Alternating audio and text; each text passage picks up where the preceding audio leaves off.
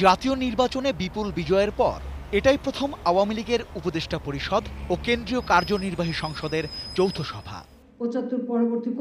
শনিবার রাজধানীর বঙ্গবন্ধু অ্যাভিনিউয়ে আওয়ামী লীগের কেন্দ্রীয় কার্যালয়ে দলীয় প্রধান শেখ হাসিনার সভাপতিত্বে আনুষ্ঠানিকভাবে বসেছিলেন দলটির সর্বোচ্চ নীতি নির্ধারকেরা। তার প্রতি আমি শোক প্রকাশ করছি, তার আত্মার মাগফিরাত কামনা করছি। নির্বাচনে নিরঙ্কুশ সমর্থন দেবার জন্য সভার শুরুতেই ভোটারদের প্রতি কৃতজ্ঞতা জানিয়েছেন আওয়ামী লীগ সভাপতি। সবথেকে লক্ষণীয় বিষয় ছিল যে মানুষের মাঝে একটা স্বতঃস্ফূর্ততা এবং ভোট দেবার জন্য আগ্রহ, বিশেষ করে এদেশের তরুণ সমাজ এবং প্রথম যারা ভোট দিচ্ছে যে প্রথম ভোটাররা, আর সেই সাথে নারী সমাজ।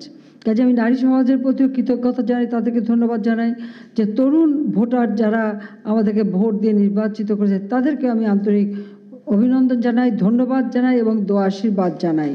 নিজেদের দোষেই বিএনপির ভরাডুবি হয়েছে দাবি করে শেখ হাসিনা বললেন, মনোনয়ন বাণিজ্য না করলে নির্বাচনে হয়তো এতটা খারাপ করতো না তারা। এদের চরিত্র শ্রদ্ধা নিয়ে বাংলাদেশের জনগণ তাদেরকে প্রত্যাখ্যান করে দিয়েছে। তারপর যে কটা সিটে তারা জিতেছে গণতন্ত্রের স্বার্থে, তারা যদি চায় তাদের পার্লামেন্টে আসা প্রয়োজন। আওয়ামী লীগ জনগণের এমন সমর্থন পেয়েছে জনসেবা আর সততার অগ্নি পরীক্ষা দিয়েই, দাবি করেছেন তিনি। আমরা চাই সারা দেশে একটা শান্তি বজায় থাকুক এবং শান্তির মধ্য দিয়ে উন্নয়ন করা সম্ভব।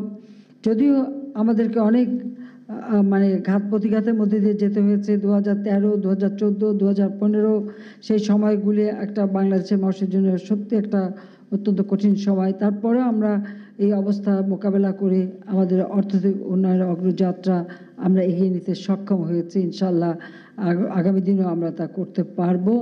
বঙ্গবন্ধুর জন্ম শতবার্ষিকী ও স্বাধীনতার সুবর্ণ জয়ন্তী যথাযোগ্য মর্যাদায় পালন সহ দলীয় নানা বিষয় ছিল সভার আলোচ্য তালিকায়। কাজে জনগণের প্রতি আমাদেরও কর্তব্য অনেক বেড়ে গেছে।